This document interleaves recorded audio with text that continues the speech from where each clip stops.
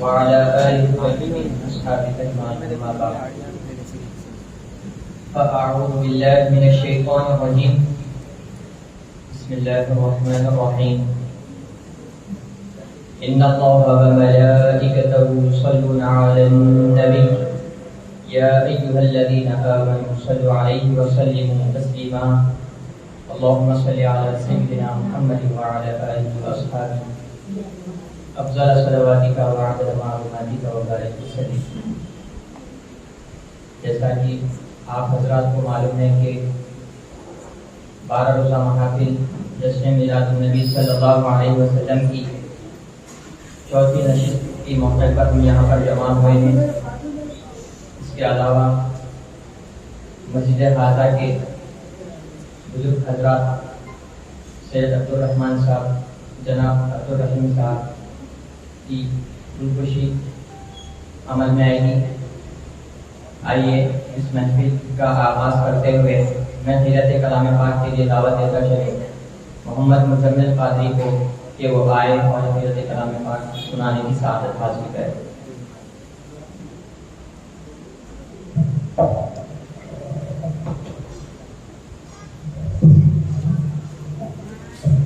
السلام علیکم ورحمۃ اللہ وبرکاتہ۔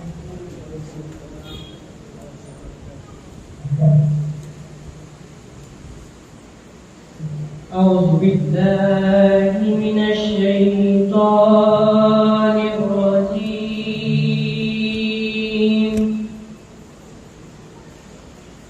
بسم الله الرحمن الرحيم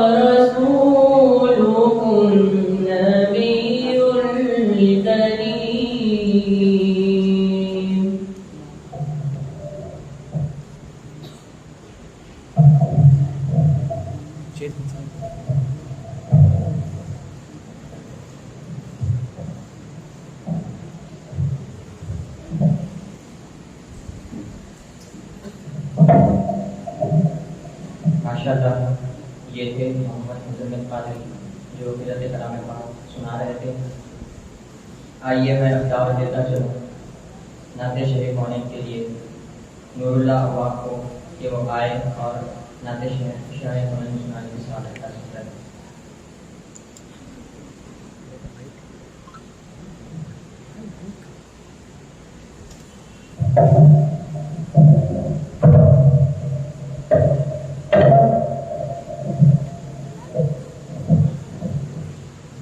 السلام علیکم ورحمۃ اللہ وبرکاتہ۔ یہ کہتی تھی گھر گھر میں جا کر غریبا، یہ کہتی تھی گھر گھر میں جا کر غریبا، میرے گھر میں خیر اور آ گئے، کرتی تھی گھر گھر میں جا کر غریبا، میرے گھر میں خیر اور آ گئے۔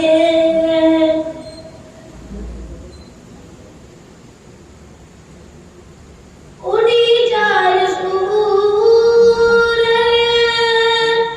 مدوں کی گٹائیں، معطر معطر اے ساری فضائیں، اے ساری فضائیں، خوشی میں یہ جبریل نغمے سنائے، خوشی میں جبریل نغمے سنائے، شافی خیر جزا گئے، کہتی تھی گھر گھر میں جا کر غریبا، کہتی تھی گھر گھر میں جا کر غریبا، میرے گھر میں خیر اور آ گئے۔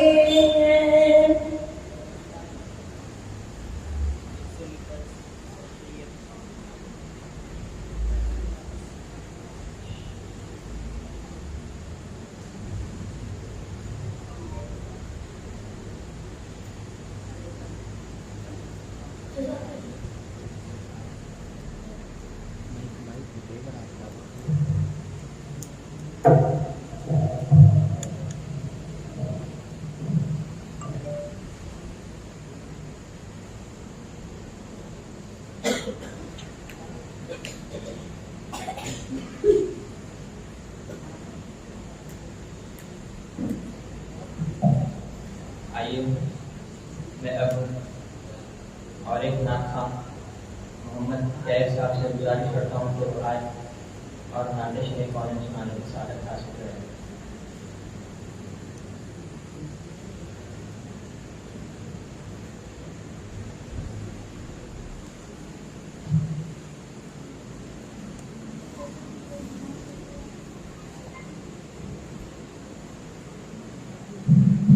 السلام علیکم ورحمۃ اللہ وبرکاتہ۔ اللہم صل علی سیدنا محمد وعلی آلہ۔ اللہ اللہ اللہ لا الہ الا ہو، اللہ اللہ اللہ لا الہ الا ہو۔ آمینہ بی بی کے گلشن میں آئی ہے تازہ بہار، آمینہ بی بی کے گلشن میں آئی ہے تازہ بہار، پڑھتے ہیں صلی اللہ وسلم، پڑھتے ہیں صلی اللہ وسلم، آج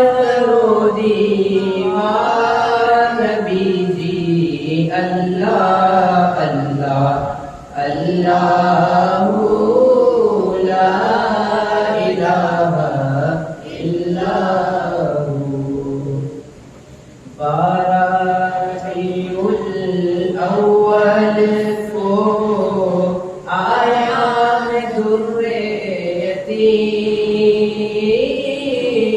12 ربیع الاول کو آیا ہے در یتیم.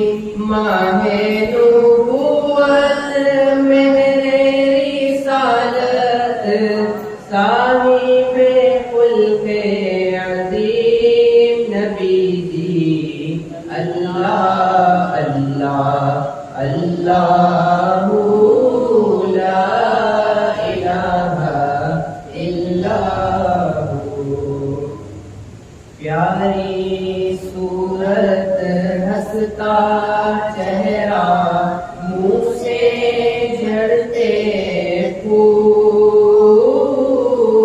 پیاری صورت ہنستا چہرہ منہ سے جھڑتے پھول. نور سراپا چاند سا چہرہ. نور سراپا چاند سا چہرہ. حق کا پیارا رسول نبی جی. اللہ اللہ اللہ لا الہ الا ہو. جبریل آئے جھولا جھلانے لوری دیتی شان. جبریل آئے جھولا جھلانے لوری دیتی شان. سو جا سو جا رحمت عالم. سو جا سو جا رحمت عالم. دو جگ کے سلطان نبی جی. اللہ اللہ اللہ لا الہ الا ہو. اول و آخر سب کچھ جانے دیکھے بعید و قریب. اول و آخر سب کچھ جانے دیکھے بعید و قریب. غیب کی خبریں دینے والا. غیب کی خبریں دینے والا. اللہ کا وہ حبیب نبی جی. اللہ اللہ اللہ لا الہ الا ہو. اللہ اللہ اللہ.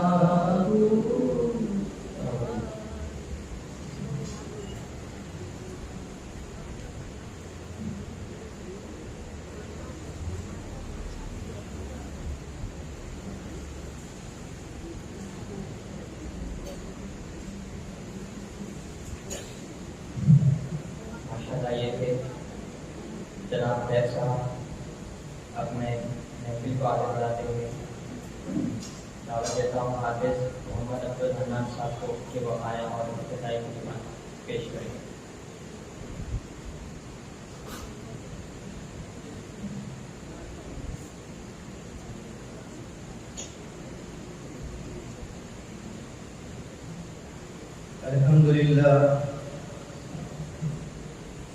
الحمد لله رب العالمين والصلاة والسلام على سيد الأنبياء والمرسلين وعلى آله وصحبه أجمعين.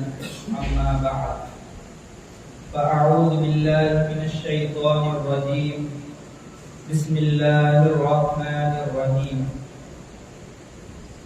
اللہ تعالیٰ کا بے پناہ فضل و احسان ہے کہ اس نے ہمیں امت محمدیہ میں پیدا ہونے کا فخر و عظیم عنایت فرمایا۔ اللہ تعالیٰ کا بے پناہ فضل و احسان ہے کہ اس نے ہمیں اس عاشور زمانے میں قرآن جیسی نعمت سے سرفراز فرمایا۔ شہنشین پر تشریف فرما، علماء اکرام، مشائخ نظام اور دیگر سامعین اکرام، السلام علیکم ورحمۃ اللہ تعالی وبرکاتہ۔ اللہ تعالیٰ قرآن میں فرماتا ہے وَمَا أَرْسَلْنَاكَ إِلَّا رَحْمَةً لِلْعَالَمِينَ، اے محمد صلی اللہ علیہ وسلم، ہم نے جو تم کو بھیجا ہے تو یہ دراصل دنیا والوں کے حق میں ہماری رحمت ہے۔ الحمدللہ ثم الحمدللہ، محفل کی آج چوتھی نشست ہے۔ آپ صلی اللہ علیہ وسلم کی سیرت میں صرف عرب بلکہ پورے دنیا کے لیے نمونہ بن گئی، اور آپ صلی اللہ علیہ وسلم انسان کامل کہلائے۔ آپ صلی اللہ علیہ وسلم بچوں، بوڑھوں، عورتوں، جانوروں، قوم در قوم، جو یہاں تک کہ جان اور بے جان کے لیے مثال بن کر آئے۔ سورہ قلم کی آیت نمبر 2 میں اللہ تعالیٰ فرماتا ہے وَإِنَّ لَكَ لَأَجْرًا غَيْرَ مَمْنُونٍ، کہ ہم قلم اور دوات کو اور اس کو جو ان کے ذریعے سے لکھا جاتا ہے شہادت کے طور پر پیش کرتے ہوئے کہتے ہیں۔ پھر آیت نمبر 5 میں فرماتا ہے بِأَيِّكُمُ الْمَفْتُونُ، یعنی اس کے علاوہ ہم یہ بھی قسم کھاتے ہیں کہ محمد صلی اللہ علیہ وسلم اپنی تعلیم اور عمل میں نہایت اعلیٰ درجے کے اخلاق پر قائم ہیں۔ اس ارشاد ربی کا ثبوت حضور صلی اللہ علیہ وسلم کے روزمرہ زندگی سے ملتا ہے۔ آپ کے آنے سے عورت کو وہ مقام ملا، وہ سایہ رحمت ملا کہ اس کا دنیا میں انسان کے حقوق سے مالا مال کیا گیا۔ لڑکیوں کو جو زندگی درگور کرنے کا رواج تھا، اس کا خاتمہ بھی آپ صلی اللہ علیہ وسلم کے اخلاق سے ہوا۔ آپ صلی اللہ علیہ وسلم کی سیرت ہر طبقے کے بچے کے لیے عام تھی، جس کا مثال آپ کی زندگی کے بے شمار واقعات دیتا ہے۔ چنانچہ ایک مرتبہ آپ صلی اللہ علیہ وسلم عید کی نماز پڑھ کر واپس آ رہے تھے کہ آپ صلی اللہ علیہ وسلم نے ایک بچے کو دیکھا جو مایوسی کی حالت میں بیٹھا تھا۔ آپ صلی اللہ علیہ وسلم نے اسے اپنے ساتھ گھر لائے، گھر لے کر آیا، اس کے ساتھ حسن و سلوک کیا اور اس کی سر پر رحمت و شفقت کا ہاتھ رکھا۔ وقت کو مد نظر رکھتے ہوئے میں حضور پاک صلی اللہ علیہ وسلم کی شان میں 2 اشعار کہہ کر اپنی بات کو ختم کرتا ہوں۔ زندہ ہے جس کے دل میں محبت رسول کی، زندہ ہے جس کے دل میں محبت رسول کی، جانے نہ دے گی آگ میں چاہت رسول کی۔ وہ عرش کا چراغ ہے میں آنکھیں قدموں کی دھول ہوں، وہ عرش کا چراغ ہے میں آنکھیں قدموں کی دھول ہوں، اے زندگی گواہ رہنا میں بھی عاشق رسول ہوں. جزاک اللہ وما علینا الا البلاغ.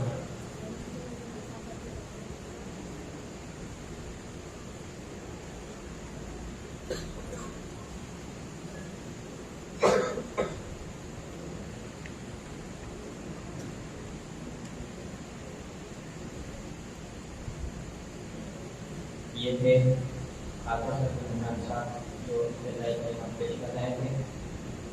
اب میں بلا تاخیر محفل کو آگے بڑھاتے ہوئے حضرت مولانا ڈاکٹر کوئی بخاری نصری صاحب سے گزارش کرتا ہوں کہ سیرت النبی صلی اللہ علیہ وسلم سے خطاب کرنا.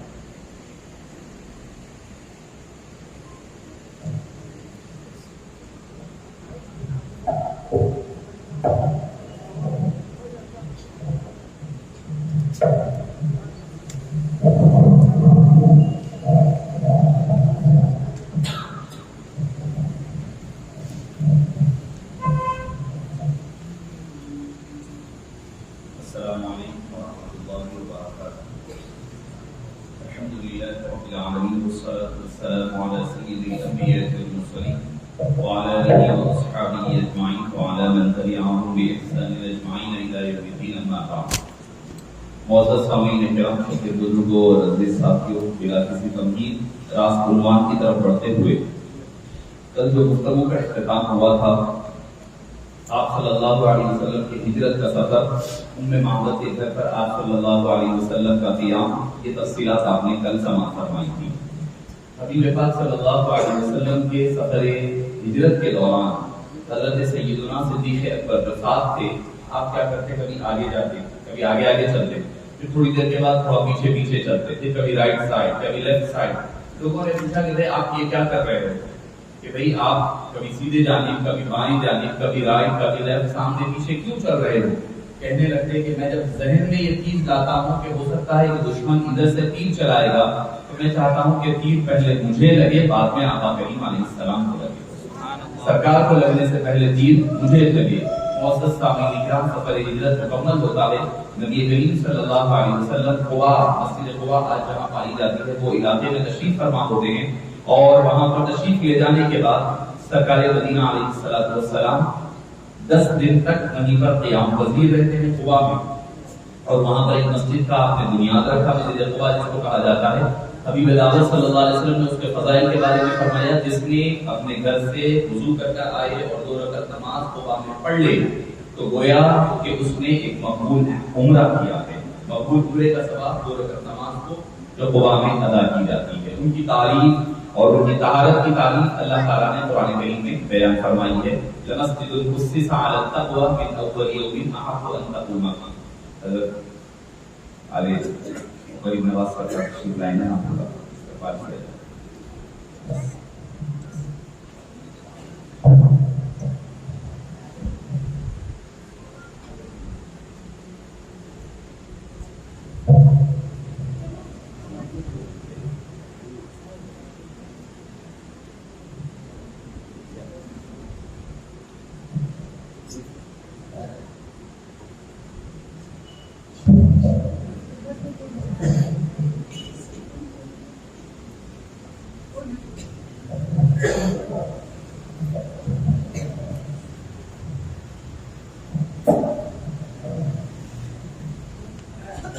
اللهم صل على سيدنا محمد وعلى آل سيدنا محمد وبارك وسلم. یہ ہماری خوش نصیبی ہے کہ حضرت والا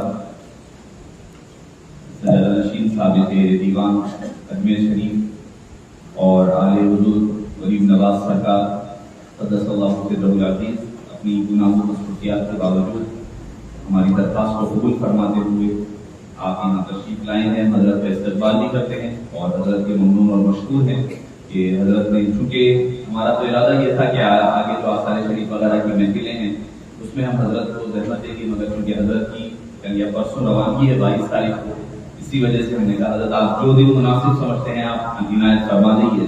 تو حضرت نے فرمایا کہ 20 تاریخ. ہم نے کہا کہ لبیک. تو ہم حضرت کے ممنون اور مشکور ہیں کہ حضرت نے ہماری درخواست کو قبول فرما کر ہم پر نوازی فرمائی ہے. اللہ تعالیٰ حضرت کے فیضان کو اور حضرت کے فیض و برکات کو قادر جاری و ساری رکھے. معزز سامعین کرام، میں عرض کر رہا تھا کہ مسجد قباء کی فضیلت قرآن کریم میں بھی آئی ہے اور ساتھ ہی ساتھ احادیث طیبہ میں مختلف مقامات پر حبیب دعوت صلی اللہ علیہ وسلم نے اس کی فضائل کو ذکر فرمایا ہے۔ پھر اس کے بعد حبیب پاک صلی اللہ علیہ وسلم مسجد قباء سے نکل کر کے بنو سلیم کی وادی سے بستی سے جب گزرنے لگے تو وہاں سیدھی جانب ابھی بھی وہ مسجد باقی ہے، وہاں پر یوم الجمعہ جمعے کا دن تھا، تو حبیب دعوت صلی اللہ علیہ وسلم نے اس مسجد میں پہلا جمعے کی پہلی نماز کا آپ نے آغاز فرمایا اور وہیں سے جمعے کی فرضیت کا آغاز ہوا، یعنی پہلی ہجری ہی سمجھیے، دوران سفر ہی، ابھی مدینہ منورہ اندر داخل نہیں ہوئے تھے، بس اس مسجد جمعہ آج بھی کہلائی جاتی ہے۔ مسجد جمعہ سے ہم تھوڑا سا آگے بڑھتے ہیں تو لیفٹ سائڈ پر ایک چھوٹی سی اونچان کا مقام ہے، پہاڑیاں ہیں، جس کو ثنیات الوداع کہا جاتا ہے، جہاں پر کوئی اگر مدینہ پاک کا آنے والا، پہلے کا طور طریقہ رواج یہ تھا کہ کوئی مہمان آتا تو اس کو شہر کے باہری علاقے تک چھوڑ آتے، شہر کی باؤنڈری تک ساتھ چلتے، جیسے ہوتا ہے نا ہمارے پاس ایک کسٹم ہے کہ گھر آئے مہمان کو باہر گیٹ تک چھوڑ کر آتے ہیں، جا کر کے ان کو سی آف کرتے ہیں، تو اسی طرح ان کے پاس یہ تھا کہ شہر کے اختتام تک لے جائیں۔ تو مدینہ پاک کے اختتام پر جو ثنیات الوداع کی جو پہاڑیاں تھیں، ودا کرنے والی پہاڑیاں، جب حبیب دعوت صلی اللہ علیہ وسلم نے بنو نجار کے علاقہ، اور بنو نجار کا علاقہ حبیب پاک صلی اللہ علیہ وسلم جو بچپنا علاقہ اس علاقے میں گزار چکے تھے، جب اس بستی پر پہنچتے ہیں تو نوجوان لڑکیاں، کم عمر لڑکیاں جو تھیں، وہ اپنے انداز میں، اپنے سرور کے انداز میں، اور کوئی شاعر وغیرہ نہیں تھی، وہ فی البدی فوری طور پر عشق و محبت کی بنیاد پر نکلے ہوئے اشعار تھے، اس قدر چونکہ اس کی بنیاد عشق و محبت تھی، آج تک بھی وہ دل میں سرایت کرنے والے اشعار، طلع البدر علینا من ثنیات الوداع وجب الشکر علینا ما دعا للہ داعی ایها المبعوث فینا جئت بالامر المطاع جئت شرفت المدینہ مرحبا یا خیر داعی۔ یہ دف بجاتی ہوئی بنو نجار کی لڑکیاں یہ گا رہی ہیں، اور شہر اور حبیب پاک کے آنے کا اعلان ہو چکا تھا، تو لوگ کیا کرتے ہیں، ہر دن نکلتے صبح ثنیات الوداع کی پہاڑیوں پر آتے، انتظار دیکھے کہ حبیب پاک تشریف لائے ہیں کیا، دن بھر ٹھہرتے، دن پورا گزر جاتا، جب رات ہوتی اب آنے کی امید موہوم ہوتی تو اپنے اپنے گھروں کو واپس چلے جاتے۔ ہر دن قوم کا یہ معمول بن گیا تھا۔ شہر مدینہ کا ہر کوئی، حضرت انس رضی اللہ عنہ وارضاہ بن مالک فرماتے ہیں، جس روز حبیب داور مدینہ پاک تشریف لائے اس سے بڑھ کر خوشی کا دن میں نے کبھی نہیں دیکھا۔ جس دن حبیب پاک مدینہ پاک تشریف لائے اس سے بڑھ کر خوشی والا دن میں نے مدینہ پاک میں کبھی نہیں دیکھا۔ ہر کوئی چھتوں پر ہے، کوئی گلیوں میں ہے، گلیاں پوری بھری ہوئی ہے، ہر کوئی حبیب پاک کی ایک جھلک دیکھنے کے لیے بے چین و بے قرار ہے، بڑے ہیں، بوڑھے ہیں، عورت ہیں، بچے ہیں، غلام ہیں، مالک ہیں، ہر کوئی حبیب پاک کے استقبال کے لیے باہر نکلے ہوئے ہیں، ہر کوئی اپنے انداز میں اظہار محبت فرما رہے ہیں اور بتلا رہے ہیں کہ ہم حبیب پاک صلی اللہ علیہ وسلم سے کس قدر عشق و محبت کرتے ہیں۔ معزز سامعین کرام، اس کے بعد ہر کوئی، سب سے پہلے بنو نجار کے لوگ جو ہیں وہ آئے اور آ کر انہوں نے کہا کہ یا رسول اللہ صلی اللہ علیہ وسلم آپ ہمارے پاس قیام فرمائیے۔ آپ نے فرمایا، کیونکہ اب کسی کو انکار نہیں کر سکتے تھے حبیب پاک، کسی کو انکار کرنا آپ کو طبیعت نہیں چاہتی تھی، آپ نے فرمایا ٹھیک ہے کام کرتا ہوں میں، یہ میری جو قصوہ نامی جو میری اونٹنی ہے کہ اللہ کے حکم کے تابع ہے، میں اس کی مکیل چھوڑ دیتا ہوں، رسی چھوڑ دیا ہوں، اب یہ جہاں جا کر بیٹھ جائے گی وہ میں وہیں رہوں گا، کسی کو میں ناراض نہیں کرنا چاہتا۔ حبیب پاک صلی اللہ علیہ وسلم کے اخلاق و کردار دیکھیے، رہنا ایک اپنی ہر ایک کی مرضی ہوتی ہے، خواہش ہوتی ہے، ہر ایک کی طبیعت ہوتی ہے، مگر مصطفیٰ کریم علیہ السلام کسی کے دل کو دکھانا نہیں چاہتے تھے۔ آپ نے فرمایا میری اونٹنی اللہ کے حکم کے تابع ہے، اب جس مقام سے بستی سے گزر جاتی، اونٹنی گھر سے گزر جاتی، مایوس ہو جاتے، اگر یہ کہتے چلو ایک دلاسا تو یہ ہوتا، حبیب نے تو ہمیں منع نہیں کیا نا، حبیب نے تو نہیں منع کیا نا، اگر حبیب پاک کہتے میں تمہارے پاس نہیں رہنا چاہتا تو شاید تکلیف ہوتی، حبیب پاک نے نہیں منع کیا، حبیب پاک نے تو یہ نہیں کہا، وہ اللہ کی مرضی ہے، تو لہذا یہ دل خوش کر لیا کرتے کہ چلو حبیب نے تو منع نہیں کیا ہے۔ بہرحال ہوتے ہوتے ہوتے جب آج جو مسجد نبوی ہے، مسجد نبوی شریف کا علاقہ کھلا علاقہ تھا، جہاں ایک قبرستان ہوا کرتا تھا، قبریں کچھ تھی، کفار اور یہودیوں کی قبریں ہوا کرتی، کھلا علاقہ تھا جہاں وہ کھجور سکایا کرتے تھے۔ اس کے بالکل سامنے اپوزٹ سائڈ پر حضرت ابو ایوب الانصاری رضی اللہ عنہ کا مکان، اونٹنی اسوا آگے جاتی ہے، پھر پیچھے پلٹتی ہے، جا کر اس مقام پر کھلے علاقے کے پاس بیٹھ جاتی ہے جہاں مسجد نبوی ہے۔ اس سے قریب ترین اور بالکل سامنے والا گھر حضرت سیدنا ابو ایوب الانصاری رضی اللہ عنہ کا ہوتا ہے۔ حضرت ابو ایوب الانصاری آگے بڑھ کر استقبال فرماتے ہیں، اور ان کا گھر بھی کیا G+2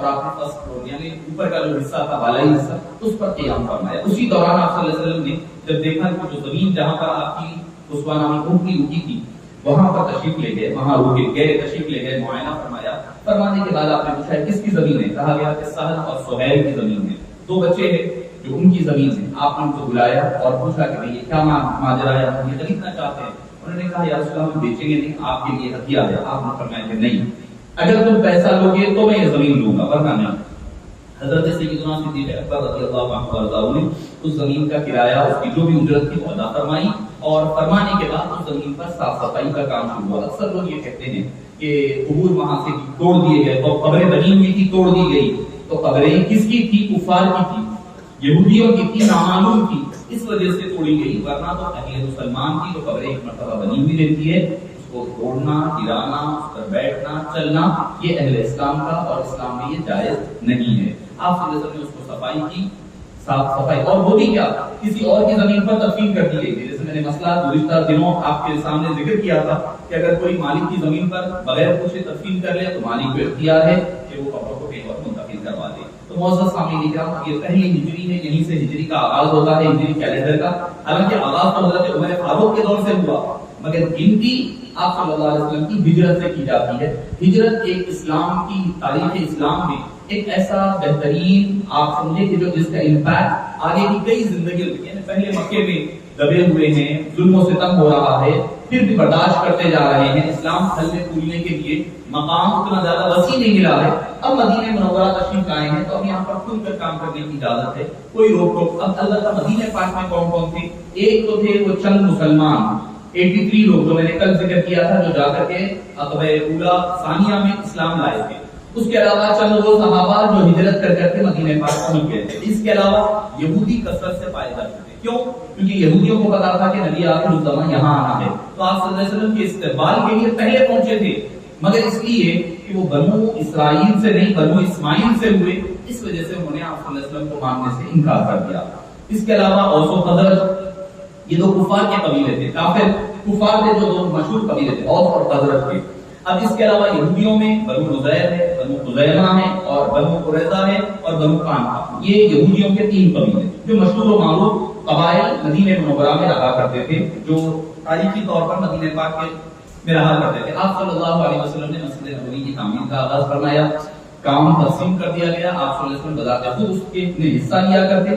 آپ صلی اللہ علیہ وسلم جب اینٹ اٹھانے جاتے تو حضرت امیر حمزہ اور حضرت عمار بن یاسر بخاری شریف کے حدیث پاک ہے تشریف لاتے اور کہتے کہ یا رسول اللہ آپ کا کام میں لے لوں گا, آپ کا جو اینٹ ہے میں اٹھاؤں گا, تمہاری میری بھی اٹھاؤں گا, آپ کی بھی اٹھاؤں گا. دونوں اینٹ اٹھایا کرتے وزن. صحابہ کرام اللہ نے مزاح کوئی لا کر اور تیسری اینٹ رکھ دیا کرتے تو شکایت کرتے یا رسول اللہ یہ میرے اوپر اور بوجھ ڈال رہے ہیں, یہ تو چاہتے ہیں کہ میں قتل کر دیا جاؤں. تو آپ صلی اللہ علیہ وسلم نے پھر فرمایا تھا کہ تم جو ہے ابھی نہیں, تم تو شہادت کی موت مرو گے. بغیر آپ صلی اللہ علیہ وسلم نے ان کے حق میں بشارتیں عطا فرمائیں. معزز سامعین کرام, مسجد نبوی بالکل پرانی, اینٹیں میں سمجھتا ہوں کہ 4 سے 4.5 فٹ اونچائی, فرش پر کچھ نہیں بلکہ زمین پر مٹی کو لیپ دیا گیا, اور اوپر جو ہے ڈنڈے لگا کر کے, لکڑیوں کی جو ڈنڈے ہوتے ہیں وہ لگائے گئے, لگا کر کے اوپر کھجور کے جو پتے ہوتے ہیں, اس کے بڑے بڑے ڈالے ہوتے ہیں, وہ ڈال کر کے اس کو چھت بنا دیا گیا.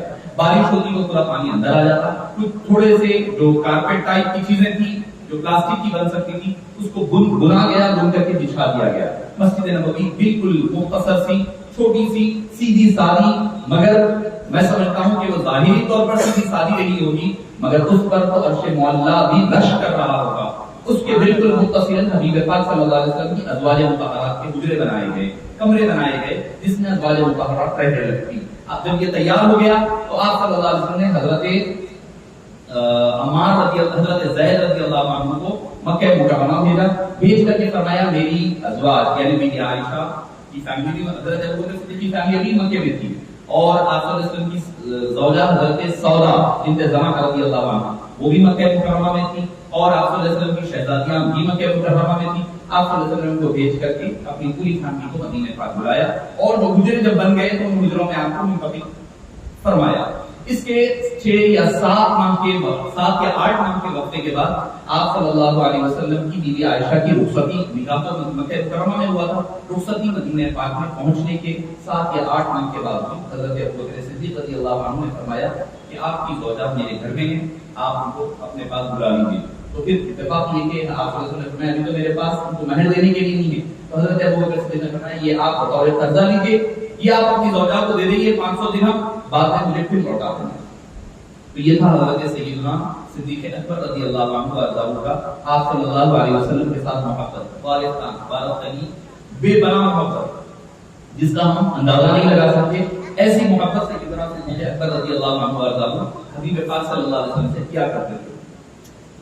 ایک اور ہجرت کا ہی واقعہ ہے، وہ میں نے کل مولانا منظور صاحب سے بھی ذکر کیا کہ لا یمکن الثناء کما کان حقہ، کہ حبیب پاک کی جو حمد و ثنا ہے، تعریف ہے، اور آپ کی جو سیرت پاک ہے اس کو بیان کرنا ناممکن ہے. حالانکہ ہم نے تو کہا تھا کہ 4 دن میں مکمل، ابھی ایک پہلو چھوٹ رہا ہے تو دوسری کی طرف چھوٹ جائے تو یہ چھوٹا جا رہا ہے، یہاں جاؤ تو وہاں چھوٹا جا رہا ہے. بہرحال انشاءاللہ کچھ چیزیں جو چیزہ غزوات وغیرہ کی ہے انشاءاللہ آنے والے ایام میں تفصیل کے ساتھ ہم اس کو ذکر کریں گے. ایک منظر دیکھیے، حدیث پاک کی کتب صحاحت میں حدیث پاک ہے، ابو داؤد نے، ترمذی شریف نے نقل کیا. حضرت آپ صلی اللہ علیہ وسلم اور حضرت ابو بکر صدیق مسجد نبوی تشریف لائے، مدینہ پاک تشریف لائے. ابھی لوگ آپ صلی اللہ علیہ وسلم کو چہرے سے پہچانتے نہیں تھے، ملاقات نہیں ہوئی تھی. تو ہوا یہ کہ کچھ سمجھنے لگے کہ حضرت ابو بکر صدیق رضی اللہ عنہ سرکار ہیں. ہو سکتا ہے یہ ہے یا یہ ہے، پتہ نہیں ہے، یہ ہے یا یہ ہے. اب اس کی وجہ جو شارحین میں اور صوفیہ کرام فرماتے ہیں وہ ذکر کرنے لگا ہوں. آتے کوئی حضرت ابو بکر صدیق سے پہلے مل رہا، کوئی سرکار سے پہلے مل رہا. ابو بکر صدیق سمجھ گئے نہیں یہاں گڑبڑ ہو رہی، سرکار سے ملنے کی بجائے لوگ مجھے سمجھ رہے ہیں، غلط فہمی ہو رہی ہے اور مجھ سے پہلے میں بے ادبی ہے. کیا کریں، اٹھ کر ٹھہر گئے تاکہ لوگوں کو پتا چلے ٹھہرا ہوا غلام ہے، بیٹھے ہوئے آقا ہے، بیٹھے ہوئے آقا ہے، ٹھہرا ہوا غلام ہے. اب اس کے باوجود بھی لوگوں میں لگ رہا ہے کہ ہو سکتا ہے ٹھہرے ہوئے آقا ہوں گے، بیٹھے ہوئے غلط فہمی ہو رہی ہے. تو آ کر پھر بھی حضرت ابو بکر صدیق سے مل رہے ہیں. آخر میں دیکھ کے حضرت ابو بکر صدیق کو ایک موقع سمجھ میں آئی، کیا کرے، اپنی چادر اٹھا کر کے آپ صلی اللہ علیہ وسلم کے سر پر تان کر ٹھہر گئے. سب کو پتا چلے جو سائے میں بیٹھے ہوئے ہیں وہ آقا ہے، جو چادر تانے ٹھہرا ہوا ہے وہ غلام ہے. اب صوفیہ کرام حدیث یہاں پر مکمل، شاہین نے حدیث نے کہا کہ دھوپ کی، سخت گرمی کی، گرمی سے بچانے کے لیے کپڑا تانا ہوگا، وجہ بیان کی ہے، حدیث پاک نہیں ہے. صوفیہ کرام فرماتے ہیں یہ وہ مصطفیٰ کریم ہے بچپنے میں جدھر سے گزر جا کے ابر سایہ کیا کرتا، تو یہاں تو بیٹھے ہوئے ہیں، ابر سایہ نہ کریں یہ تو ہو نہیں سکتا تھا. حبیب پاک جہاں بیٹھ جاتے رحمتیں ہی رحمتیں برسا کرتی. دھوپ کا تو سوال نہیں تھا، بلکہ ہوا یہ تھا تو جو کل میں نے ذکر کیا 3 دن اور 3 راتیں غار ثور میں گزری تھی. اب جو حبیب پاک صلی اللہ علیہ وسلم کی توجہ خاص قلب ابو بکر پر پڑ رہی تھی، تو ان کا ظاہر اور باطن فنا کی منزل سے گزرتے بقا کے مقام پر پہنچ گیا تھا. ہوا یہ تھا کہ حبیب پاک صلی اللہ علیہ وسلم کے باطنی اور ظاہری جلووں کا عکس صدیق اکبر میں نظر آتا تھا. دونوں میں فرق محسوس نہیں ہوتا تھا کہ غلام کون ہے اور آقا کون ہے، ابو بکر کون ہے، مصطفیٰ کون ہے. اسی لیے ابو بکر نے کہا کہ لوگوں کو شبہ ہو رہا ہے، کیونکہ یہ ہے تصوف کی دنیا میں ہے، جو فنا کی منزل پر پہنچتا ہے اللہ تعالیٰ پھر اس کو بقا عطا فرماتا ہے، تو وہ ظاہر میں بھی اپنے پیر کی طرح بن جاتا ہے، باطن تو بنتا ہی بنتا. پہلے ہمارے پاس تو باطن بنتا ہے، بعد میں ظاہر بنتا ہے. آپ حضرات اس کا مشاہدہ کرتے رہتے ہیں، دیکھتے رہتے ہیں. تو معزز سامعین کرام صدیق اکبر نے اسی لیے چادر تان کر ٹھہر گئے تاکہ لوگوں کو جو شبہ اور ازالہ ہو رہا ہے اس کو دور کر دیا جائے. معزز سامعین کرام اب مسجد تو بن گئی، اب لوگوں کو بلایا کیسے جائے نماز کے لیے. گفتگو ہونے لگی، مشورہ ہونے لگا، کسی نے کہا کچھ، کسی نے کہا کچھ. تو اس کے بعد آپ صلی اللہ علیہ وسلم نے فرمایا یہ جو ڈسکشن ہے وہ کل سے جاری رہے گا. کل میرے بات کل گئے جانے کے بعد، اچھا اس سے پہلے ہوا یہ کہ مہاجرین جو آگے ہیں مکہ مکرمہ سے، ان کے پاس نہ گھر ہے، نہ مال ہے، نہ دولت ہے، نہ کوئی رشتہ دار ہے، کوئی نہیں، رہیں گے تو کہاں رہیں گے. آپ صلی اللہ علیہ وسلم نے مواقع بردرہوڈ کا ایک عظیم کارنامہ آج تک بھی دنیا نے ویسا منظر پیش نہیں کیا. کیا فرمایا؟ مدینے کے لوگوں کو جمع کیا، فرمایا کہ تم مدینے کے ہو نا، تم یہاں کے رہنے والے ہو، ایک کام کرو، تمہارا بھائی یہ ہوگا، کون؟ مہاجر. ایک انصاری کو مہاجر کے ساتھ جوڑ دیا، یہ مہاجر ہوگا، یہ انصاری ہوگا، دونوں ایک دوسرے کے ساتھ رہنا. اور دونوں کے درمیان حبیب دعوت صلی اللہ علیہ وسلم نے مواقع فرمائی. تقریباً 44 صحابہ کو انصار کے ساتھ، مہاجرین کو انصار کے ساتھ جوڑا اور فرمایا کہ کھانے پینے ایک کے لیے سب کا کرنا مشکل ہے. آپ نے کہا ایک ایک کی ذمہ داری لے لو، آسان ہو جائے گا. مگر قربان جائیے صحابہ کرام کے کردار کے کسی نے کسی کے پاس 2 گھر تھے، اس نے ایک گھر اپنے لیے رکھ لیا، ایک گھر اپنے مہاجر بھائی کے نام کر دیا. کسی کے پاس ایک ہی گھر تھا، اس نے آدھا گھر اپنے لیے رکھ لیا، آدھا گھر اپنے بھائی کے لیے کر دیا. ایک یہاں تک معاملہ ہو گیا. حضرت عبدالرحمن بن عوف کے بارے میں آتا ہے، ایک صحابی نے کہا کہ میری 2 بیویاں ہیں، دونوں آپ کے سامنے پیش ہے. ایسا نہیں کہ گوری روٹی میں رکھ لوں گا، کالی کا روٹی چھوڑ دوں گا، نہیں، دونوں سامنے رکھ کے کہا آپ جس کو پسند کرتے کریے، میں اس کو طلاق دے دیتا ہوں، عدت کے بعد یہ آپ سے نکاح کر لیں گے. حبیب نے کہا آدھا حصہ بانٹیں گے، آدھا اپنے ہر معاملات میں شیئر کرنے کے لیے کہا ہے. میرے پاس 2 بیویاں ہیں، میں ایک بیوی کو ترک کر دوں گا. آپ نے فرمایا کہ نہیں. اور ایک نے کہا کہ نہیں، آپ کے لیے میں مال اپنا گھر بیچنے تیار ہوں. آپ نے کہا کہ نہیں، مجھے چند قرضہ دے دو، میں بازار جاؤں گا اور اپنا کاروبار کروں گا، کر کے اپنی الگ سے پھر سے اپنا کاروبار کے ذریعے سے آغاز کروں گا. یہ مواقعات اس قدر حضرت علی کے آپ صلی اللہ علیہ وسلم اور حضرت علی کے کوئی نہیں. حضرت علی نے کہا یا رسول اللہ سب کے بھائی بنا دیا. تو آپ نے فرمایا انت اخی فی الدنیا والآخرہ، اے علی تم تو میرے دنیا میں بھی بھائی ہو، آخرت میں بھی بھائی ہو. حقیقت بھی ہے، اور حقیقت کے اعتبار سے بھی آپ کے چچیرے بھائی، چچیرا اور پائرا رشتہ بھی ہے، داماد کا بھی ہے، کئی رشتے ہیں حضرت علی کرم اللہ وجہہ کریم سے. تو معزز سامعین کرام کے موقع، پھر اس کے بعد اذان کی ابتدا. پھر دوسرا دن جب ہوا تو ایک صحابی حضرت عمر فاروق ہیں، وہ آئے اور آ کر کہنے لگے یا رسول اللہ، ہم نے خواب میں ایسے ایسے دیکھا، یہ کلمات کے ذریعے سے اذان سکھائی گئی. آپ صلی اللہ علیہ وسلم نے پسند فرمایا آج سے یہی اذان دی جائے گی. اذان کا آغاز ابتدائی دنوں میں چند ایام میں ہی اس کا آغاز ہوا. آپ صلی اللہ علیہ وسلم نے اجتماعی، اقتصادی، سیاسی اور دفاعی معاملات کا انتظام، یہودیوں کے جو قبائل تھے ان کو جمع فرمایا. جمع کرنے کے بعد آپ نے کہا دیکھو اگر مدینے کے باہر سے کوئی حملہ کرے گا تو ہم اس کا مقابلہ کریں گے، ہم مل کر کے مدینے کا دفاع کریں گے. ہر ایک کو آزادی ہوگی اپنے اپنے مذہب کے مطابق زندگی گزارے. سبھی نے اتفاق کیا، ایک ایگریمنٹ بنایا گیا، مدینہ پاک کا منشور بنایا گیا، دستور بنایا گیا، کانسٹیٹیوشن آف مدینہ بنایا گیا، مدینہ اسٹیٹ کا. اب اس دوران ہوا یہ کہ عبداللہ بن ابی تھا، منافقوں کا سردار تھا، وہ بعد میں بنا منافق. پہلے تو یہ تھا کہ بھائی اس کو سردار بنایا جانے والا تھا، اس کا سردار کی ٹوپی تک تیار، تاج تیار ہو گیا ہے اس کا سردار بنانے کے لیے مدینہ پاک کا. مگر جیسے ہی آقا کریم آئے سب اس کی تاج پوشی بھول گئے، حبیب پاک کو اپنا قائد، اپنا لیڈر سب کچھ مان لیا. اب اس کو حسد اور جلن ہو گئی. اب وہ ظاہر تو کر نہیں سکتا تھا، کئی لوگ تھے، تو اس نے آہستہ آہستہ ہوتے ہوتے منافق بن گیا اور ظاہری طور پر اسلام لے آیا، مگر باطنی طور پر اسلام کے خلاف اپنی سازشیں اور کوششیں کرتا رہا.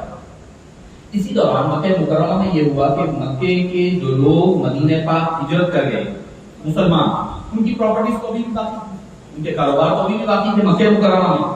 تو مکے کے کفار نے کیا کیا، وہ پراپرٹیز کو لوٹ لیا، کوئی گھر لوٹ لیا، کوئی سامان لوٹ لیا، کوئی کاروبار کو لوٹ لیا، سارا تباہی مچا دی. حبیب پاک صلی اللہ علیہ وسلم پر مسلمان کو جب اطلاع ملی بڑی تکلیف پہنچی. وہ تو یہ سمجھتے تھے کہ کبھی جائیں گے لا کر بیچ کر واپس آ جائیں گے، تو بھی ہوتا ہے دیکھا جائے گا. مگر جب یہ نقصان کیا گیا، یہ تھی سب سے پہلی بنیاد، سب سے پہلی جو بنیاد پڑی مسلمانوں مدینے اور مکے کے حضرات کے درمیان، یعنی مسلمانوں میں اور کفار میں جو لڑائیوں کی جو بنیاد پڑی یہاں سے پڑی. کیا کہ انہوں نے سب سے پہلے اقدام کے طور پر لوٹ مار کی. اکثر لوگ یہ کہتے ہیں کہ آپ صلی اللہ علیہ وسلم نے پہلے غزوہ بدر کے موقع پر ابو سفیان کے قافلے کو روکا، اس وجہ سے بدر ہوئی. نہیں، سب سے پہلا اقدام مکے کے کفار نے اٹھایا کہ ان کے مال اور تجارت کو لوٹ لیا، جس کی باعث مسلمانوں کو آگے جا کر کے غزوہ اور سریے کا آغاز ہوا. غزوہ ابوا کہلایا جاتا ہے، سریہ حمزہ سب سے پہلا. سریہ کہتے ہیں جس میں مسلمان لڑنے کے لیے تو جائے مگر حبیب پاک شامل نہ ہو تو اس کو سریہ کہا جاتا ہے. غزوہ جس میں خود حبیب پاک صلی اللہ علیہ وسلم تشریف لے جائیں اس کو غزوہ کہا جاتا ہے. غزوہ بدر، غزوہ احد، آپ ساروں میں نہیں گئے، سارے غزوات میں آپ غزوات میں نہیں گئے، جس میں گئے آپ اس کو غزوہ، جس میں تشریف نہیں لے گئے بلکہ دوسروں کو نگران بنا کر کے بھیجا اس کو سریہ کہا جاتا ہے. تو پہلا سب سے پہلا جو بیڑا بھیجا گیا حضرت امیر حمزہ رضی اللہ عنہ کی نگرانی میں، آپ صلی اللہ علیہ وسلم نے ابتدائی 8ویں یا 9ویں مہینے میں آپ صلی اللہ علیہ وسلم نے روانہ فرمایا. پہلا یعنی ابھی ہجرت کے فوری بعد، ہم تو سمجھتے ہیں غزوہ بدر پہلی جنگ ہے سمجھتے ہیں، نہیں، اس سے پہلے غزوہ بھی ہو چکا تھا، سریے تو 3 ہو چکے تھے. غزوہ ابوا جس میں آپ صلی اللہ علیہ وسلم خود تشریف لے گئے، اور غزوہ ذو العشیرہ اور سریہ حمزہ، یہ تو وہ جنگیں ہیں جو آپ بدر سے پہلے مکمل ہو چکی تھی. غزوہ بدر ہجرت کے 19 ماہ کے بعد انجام پایا. ہوا یہ تھا کہ جب مسلمانوں کو غصہ تھا کہ ہمارا مال تو مکے میں لوٹ لیا گیا، آپ انتظار کرتے کہ کوئی موقع ملے جس کی وجہ سے کفار مکہ کو سخت پہنچائی جائے، ان کو بتلایا جائے کہ ہماری طاقت کیا ہے. جب آپ کو پتا چلا کہ ابو سفیان جو ایمان نہیں لائے تھے ان کا قافلہ گزر رہا ہے تجارت کا، آپ نے ارادہ کیا کہ ان کے قافلے کو لوٹا جائے گا، سامان کو لے لیا جائے گا، اور جن کا سامان دو لوٹے ہیں ان کا آدھا کیا جائے گا۔ اور مکے کے لوگ کیا کرتے تھے کہ کوئی قافلہ جا رہا ہے اس میں سارے لوگ اپنا اپنا پیسہ لگا دیتے، نہیں میرا پیسہ بھی لے جاؤ، میرا تجارت کرو، یہ بھی کرو، وہ بھی 10 کا پیسہ لے کر کے تجارت کیا کرتے۔ تو اس میں مکے کے کئی لوگوں کا پیسہ شامل تھا۔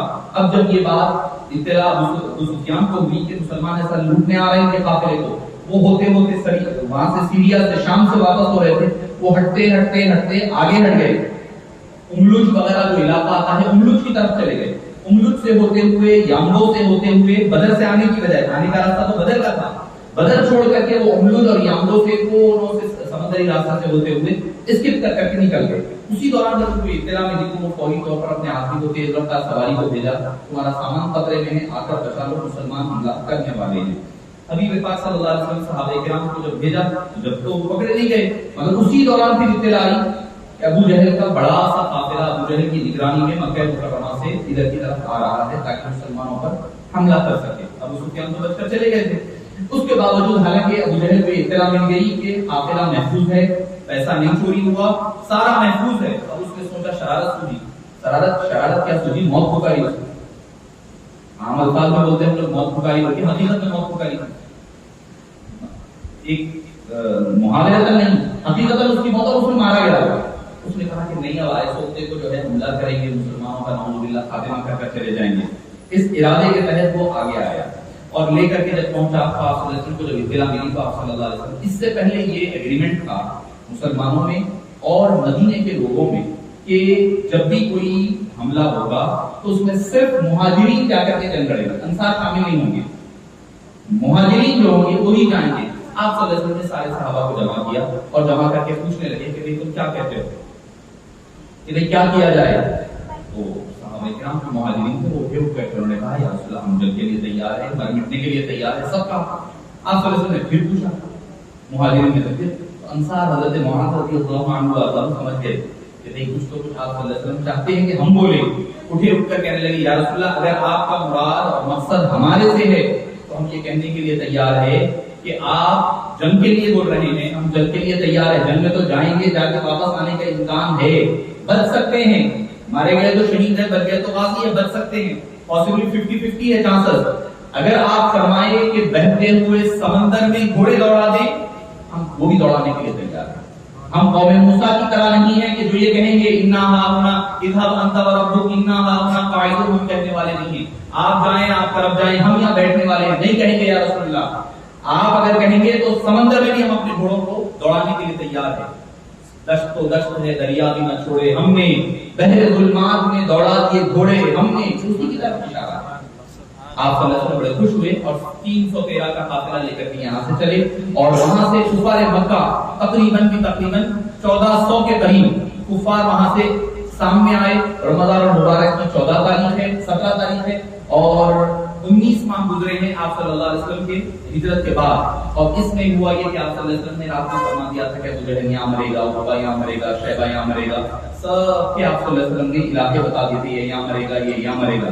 اور یہ حدیث بخاری شریف میں، حیرت کی بات یہ ہے کہ یہ حدیث پاک کو بخاری مطلب یہ نظر نہیں آتا، بخاری شریف میں ہے، تو کو دیکھنے گئے پیچھے کا ایک نہیں ہے، فلان یہ فلان یہ، تو حدیث پاک بخاری شریف میں آپ نے ایک رات پہلے بتا دیا یہاں مریں گے، یہاں سرکل بھی ڈال دیا۔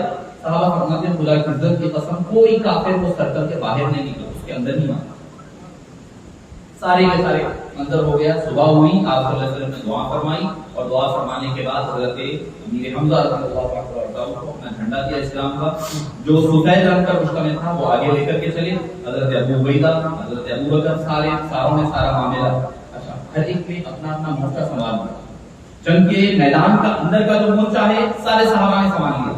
اب بات آئی آپ صلی اللہ علیہ وسلم جہاں پر قیام کریں گے وہ ٹینٹ کو خیمے کی کون نگرانی کرے گا؟ خیمے کی تو نگرانی ہونا سب سے اہم چیز ہے، اہم معاملہ یہ ہے کہ حضرت پاک آرام فرما رہے ہیں، یہاں پر یہاں رکیں گے، دعا فرمائیں گے، یہاں پر آپ عبادت میں مشغول رہیں گے۔ سیدنا صدیق اکبر نے کہا کہ تم سب وہاں رہو، یہاں کی ذمہ داری میں لیتا ہوں۔ سب سے مشکل ترین کام جو ہے حضرت صدیق اکبر نے کہا میں لیتا ہوں، اس خیمے کی نگرانی اس کی میں نگہداشت کروں گا. آپ لوگ وہاں بہرحال جنگ کا آغاز ہوا، پہلے انڈیویجول لڑائیاں ہوئی، ادھر سے عتبہ، شیبہ اور ولید تینوں آئے. عتبہ شیبہ دونوں بھائی تھے، ولید عتبہ کا بیٹا تھا، یہ تینوں آئے. ادھر سے مسلمانوں کی طرف سے حضرت علی، حضرت امیر حمزہ اور حضرت ابو عبیدہ، یہ تینوں گئے. حضرت علی نے، حضرت امیر حمزہ نے ایک ہی بار میں دونوں کا کام کر دیا. حضرت ابو عبیدہ رضی اللہ عنہ نے حضرت شیبہ کو مارا، مگر جنگ تھوڑا ہوئی تو آپ زخمی ہوئے. پھر حضرت امیر حمزہ تشریف لے گئے اور شیبہ کا خاتمہ فرمایا. اس کے بعد عام جنگ کا آغاز ہوا. عام جنگ میں مسلمانوں کو اللہ نے کیسی، ایک روایت قرآن میں ہے 3000 1000 3000 5000 فرشتے بھیجے. قرآن کریم میں مختلف ہے، سورہ انفال اٹھا لیں یا سورہ آل عمران، دو جگہ مختلف مقامات پر ملے گا 1000 3000 اور 5000. بعض سیرت نگار نے یہ کہا کہ 3 مختلف مواقع پر اللہ نے مختلف جنگیں بھیجی، فرشتوں کو بھیجا. چونکہ 1000 فرشتے اللہ نے بدر میں بھیجے، 3000 فرشتے اللہ نے احد میں بھیجے اور 5000 فرشتے اللہ نے خندق میں بھیجے. بعض سیرت نگار یہ فرماتے ہیں، مگر اکثریت کی یہ رائے ہے کہ پہلے 1000 کے بارے میں کہا کہ 1000 فرشتے آ رہے ہیں. صحابہ بھی پریشان، کیونکہ فرشتہ تو نظر نہیں آ رہا ہے کہ کیسے ہوگا، کیا ہوگا، وہاں سے تو اتنے لوگ آ گئے ہیں، نئی کمک آ رہی ہے، نئی فوج کی ٹکڑی آ رہی ہے، اور ہم کیسے کریں گے. اللہ تعالیٰ نے اس کو بڑا کر کے 3000 فرمایا. 3000 پھر صحابہ کرام نے دعا کے لیے کہا، اللہ نے 5000 فرشتوں کو حضرت جبریل امین کی نگرانی میں بھیج دیا. اندازہ لگائیے کہ وہ فرشتے جو کہے تھے اے اللہ یہ انسان کو کیوں پیدا کرتا ہے، اور وہ تجعل فیھا من یفسد فیھا ویسفک الدماء، اللہ تو ایسے لوگوں کو پیدا کرے گا جو جا کر زمین میں خون بہائیں گے، خون خرابہ کریں گے، لوگوں کو قتل و غارت گیری کریں گے، ویسفک الدماء، خون بہائیں گے. اللہ نے فرمایا یقیناً وہ تو تم نے حضرت آدم کی پیدائش سے پہلے کہا ہوگا، مگر اب ایک وقت آ گیا ہے میرے حبیب کی امت اور ان کے جانثاروں کی مدد کے لیے. تم جو بات بولے تھے نا انسان یہ کریں گے، جاؤ وہی کام تم سے لیا جائے گا، تم تلواریں اٹھا لو، جا کر کے مشرکین مکہ سے مقابلہ کرو. حضرت جبریل کی نگرانی میں آ کے فرشتے لڑ رہے، خود کہتے ہیں کہ صحابہ کرام فرماتے ہیں ہم نہتے ہیں، سامنے کوئی نہیں ہے، اور کیا ہے حال، صرف 3000 کے پاس تلواریں ہیں، 313 میں 3 کے پاس تلوار ہے، کسی کے پاس بھالا ہے، کسی کے پاس لکڑی ہے، کسی کے پاس ڈنڈا ہے، بس یہی ہے اور کچھ نہیں، کچھ بھی نہیں، تیاری کچھ نہیں ہے. کیا ہے، اللہ کی ذات پر بھروسہ ہے، اللہ اور اللہ کے حبیب پر کامل بھروسہ ہے. یہ افراد، یہ طاقت ہمارے بس کی نہیں ہے، جو کرنے والا ہے اللہ کرنے والا ہے. اس ارادے کے ساتھ جنگ بدر میں وہ اترے، اللہ نے ان کو کامیابی عطا فرمائی، کامیابی ہوگی مکمل. ابو اعلیٰ چلی تھی، تفصیل میں نہیں جاؤں گا. 70 کفار مارے گئے، 70 گرفتار کر لیے گئے اور صرف 14 صحابہ کرام شہید ہوئے. 12 کی مزاریں آج بھی غزوہ احد میں ہیں، بدر میں ہے، بدر کے مقام پر، اور 2 جنت البقیع میں آرام فرما ہیں. 14 صحابہ کرام اور 70 کفار مارے گئے، 70 کفار گرفتار کر لیے گئے، قیدی بنائے. اس میں حضرت عباس بھی آ گئے، اس میں آپ صلی اللہ علیہ وسلم کے داماد حضرت زینب کے جو شوہر تھے وہ بھی گرفتار ہوئے. کیونکہ مسئلہ میں نے جو آپ کو پہلے کہا تھا کہ وہ جو جنگ کہہ کے لیے بلا کر کیا بول کر لایا گیا تھا، تمہارا مال مسلمان لوٹ رہے ہیں، آ کر اپنا مال چھڑوا لو. تو جو انویسٹمنٹ کرے تھے وہ اپنا پیسہ چھڑانے بھاگ گیا ہے، ڈر کے مارے پیسہ چلے جائے گا، اس لیے آئے گا، اسی لیے آئے اور گرفتار کر لیے گئے. آپ صلی اللہ علیہ وسلم فرماتے ہیں رات میں حضرت عباس کے کرانے کی آواز آئی، اپنی وفات بے چین ہو گئے، کہنے لگے، پوچھا یا رسول اللہ کیوں بے چین ہے، بے قراری کا. فرمانے لگے اب میرے چچا عباس کے پیروں میں بیڑیاں تالی ہوئی ہے، مجھے ان کے کرانے کی آواز تکلیف پہنچا رہی ہے، جاؤ جا کر کے ان کی بیڑیاں کھول دو، جا کر کے بات. یعنی ان کو اپنے چچا، اپنے اہل بیت اطہار کی اتنی بھی تکلیف آپ نے گوارا نہ فرمائی. حضرت زینب کے شوہر حضرت عبداللہ کے نام تو آگے جا کر کے اپنے ناراض، تو وہ جب آئے تو ان کو چھوڑنا تھا، ہمارے بھائی کو چھوڑنا ہے. حضرت عمر نے کہا اس کا پوروں کو قتل کروا دیں، پوروں کو قتل کر دیں. میں نہیں، حضرت ابو بکر نے کہا نہیں یا رسول اللہ پیسہ لے کر کے ہم چھوڑ دیں گے، آگے اچھا جسٹر جائے گا، ایک اچھا میسج جائے گا ان کے نزدیک. تو آپ صلی اللہ علیہ وسلم نے حضرت ابو بکر صدیق کی بات کو قبول کیا اور فدیہ لے کر کے ان کو چھوڑ دیا. جو فدیہ نہیں دے سکتے تھے ان کو کہا گیا کہ تم جو ہے مسلمانوں کے بچوں کو تعلیم دو گے، اس کے بعد تم آزاد پڑھنا لکھنا سکھاؤ. تو تعلیم کی اہمیت کا اندازہ لگائیے، آپ تعلیم کی اہمیت کا اندازہ لگائیے کس قدر اہم ہے. صاحب اسلام حبیب پاک صلی اللہ علیہ وسلم کے نزدیک اسلام کی اہمیت کا اندازہ. تو ابو اعلیٰ شریف کے حدیث پاک میں آتا ہے حضرت جبریل نے کیا کیا، جب جنگ ہو گئی واپس چلے گئے، جانے کے بعد پھر پلٹ کر واپس آئے. آپ صلی اللہ علیہ وسلم نماز پڑھا رہے، نماز کے دوران حبیب دعوت صلی اللہ علیہ وسلم مسکرائے. ابو اعلیٰ نے حدیث پاک آتی ہے مسکرائے، نماز ہو گئی، صحابہ نے پوچھا یا رسول اللہ آپ نماز میں کیوں مسکرائے؟ ہم دیکھیں کہ آپ مسکرائے، نماز پڑھا ہوتا امام کو دیکھ لیتے بیٹھتے آپ، یہ تو ہماری نماز ہوتی ہے نا، ٹوٹی پوری نمازوں کا عالم یہ ہے، رکوع دیا گیا جہاں سجدہ گاہ ہے، سجدے کی طرف دیکھو، رکوع میں پیروں کی طرف دیکھو، تحیات میں اپنے ماٹی میں دامن میں دیکھو۔ صحابہ کرام فرما رہے ہیں یا رسول اللہ دیکھیے آپ نماز میں مسکرائے، سرکار نے یہ نہیں فرمایا خالی نماز پڑھ لی جاؤ جا کے نماز پڑھ جاؤ، نہیں فرمایا۔ تو مطلب کیا ہوا؟ عبادت خدا کی کرتے، دیدار چہرے مصطفیٰ کا کیا کرتے۔ ابھی بیدار صلی اللہ علیہ وسلم نے اس کی وجہ بتلایا کہ جبریل امین جو آئے تھے نا 5000 فرشتوں کو لے کر، ہوا یہ کہ جنگ ہو گئی، ابھی پاک کو بغیر پوچھے فرشتوں کو لے کر واپس چلے گئے، اوپر چلے گئے، جانے کے بعد اللہ نے پوچھا کہاں ہے وہ، کیا ہے؟ جنگ ہو گئی، ختم ہو گئی، بدر کا واقعہ ختم ہو گیا، جنگ ہو گئی ہے، واپس آ گئے، حبیب سے اجازت لے کر آئے، بولے نہیں، واپس جاؤ، جا کر کے اجازت لے کر کے حضرت جبریل پھر پلٹ کر کے واپس آئے، جبریل امین ہے، سید الملائکہ ہے، 5000 فرشتوں کی ٹکڑی کے ساتھ آئے ہیں، فرمایا نہیں، حبیب کی اجازت ہے تو اندر اوپر آنا ہے، نہیں تو نیچے ہی رہنا ہے۔ تو حبیب پاک فرماتے ہیں ان کی جو جان ہے اور پلٹ کر واپس آنے پر میں مسکرایا۔ تو معزز سامعین کرام، صحابہ کے نزدیک، اللہ کے نزدیک، ملائکہ کے نزدیک ایمان کیا ہے سمجھیے، ایمان صرف نماز و روزہ کا نام نہیں ہے، وہ اس کی جزئیات ہے، مگر اس کی اصل الاصول جو ہے بندگی اس تاج پر کی ہے، حبیب پاک سے تعلق کا نام اصل ایمان ہے۔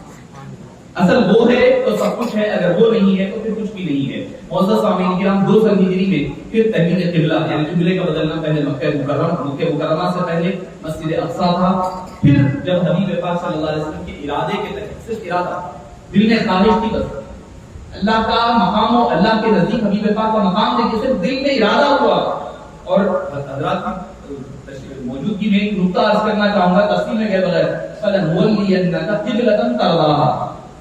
علماء ہیں، آپ سمجھ سکتے ہیں کہ علم عروض کا، عربی زبان کا قاعدہ ہے کہ پراپر نام کو، یعنی جو معرفہ ہوتا ہے، معرفہ کی توضیح نکرہ سے نہیں کی جاتی، اب جب کی جائے گی تو پھر اس کی معنی اور عمومیت زیادہ پائی جاتی ہے۔ ایک گاڑی اصطلاح ہے، اس کی آسان کر کے کہوں، پراپر نام کو کامن نام سے ایکسپلین نہیں کیا جاتا، اگر کسی صورت میں کیا جائے گا تو بہت عمومیت پائی جائے گی۔ مکہ کعبہ قبلہ، مکہ کعبہ مکہ کیا ہے؟ یہ پراپر نام ہے، اور قبلہ ایک کامن نام ہے، نکرہ ہے۔ مکہ معرفہ ہے، قبلہ نکرہ ہے، کوئی بھی قبلہ ہو سکتا ہے۔ حالانکہ فَلَنُوَلِّيَنَّكَ قِبْلَةً تَرْضَاهَا، آپ اس قبلے کی طرف پھریے جس سے آپ راضی ہیں، یہ نہیں فرمایا مکہ مکہ کعبہ، ہونا تو وہی چاہیے تھا وہاں، کاف با لام تا، تا ہوا 4 حروف ہے، کاف عین با تا ہوا 4 حروف ہوتے، با کاف کاف تا 4 ہوتے، ہر اعتبار سے الفاظ بھی نہیں بدلتے، حروف بھی خالی حرف بدلتے، برابر وزن بھی رہتا۔ اللہ نے فرمایا نہیں، فَلَنُوَلِّيَنَّكَ قِبْلَةً تَرْضَاهَا نہیں فرمایا، الْكَعْبَةَ تَرْضَاهَا نہیں فرمایا، بکہ تَرْضَاهَا نہیں فرمایا، قبلۃ فرمایا۔ کیوں؟ اس کا مطلب کیا ہے؟ اگر کہتے ہیں کہ مکے کی اے حبیب آپ کعبے کی طرف رخ کر لیجیے جس سے آپ راضی ہے، تو پھر کہنے والا کہہ سکتا تھا ارے اللہ بھی چاہتا تھا کہ مکہ ہو، اللہ کا بھی پسندیدہ تھا مکہ کعبہ، حبیب کو بھی پسند تھا، اللہ نے کر دیا۔ اللہ چاہتا تھا کہ نہیں، کہتے کہ قبلۃ، کوئی بھی قبلہ، جو قبلہ حبیب پاک آپ کو راضی وہ ہم کو راضی، چاہے وہ کعبہ ہو، چاہے مسجد اقصی ہو، چاہے آپ کوئی سمت چن لیں، کوئی سمت آپ چن لیں، قبلۃ، کوئی بھی قبلہ، جس سے شرط کیا ہے؟ ترضاها، جس سے آپ راضی ہوں گے، جو قبلے سے، جو ڈائریکشن سے آپ راضی، ہم اس کی طرف آپ کو کہتے ہیں۔ مطلب یہ کہ اللہ کو قبلوں سے کوئی لینا دینا نہیں ہے، اللہ کو ہو، اللہ چاہتا کیا ہے؟ خدا کی رضا چاہتے ہیں دو عالم، خدا چاہتا ہے رضائے محمد، یہ ہے اصل پوری مقصد قبلے کا، کعبے کے پھرنے کا مقصد ہی سارے کا سارا یہ ہے۔ معزز سامعین کرام، کسی طرح رمضان المبارک کے روزے، عید الفطر، نماز قصر، زکات، قصاص، دیت، اس کے احکام 2 سال ہجری میں مکمل ہوتے ہیں۔ 3 سال ہجری کا آغاز شوال المکرم میں ہوتا یہ ہے کہ احد، مکے میں بدر میں ہار کر گئے تھے، اب بول کر گئے تھے ہم آئیں گے واپس آ کر بدلہ لیں گے تم سے، مسلمانوں کو کہہ کر گئے تھے۔ اب جانے کے بعد 1 سال تک مکمل تیاری کی انہوں نے،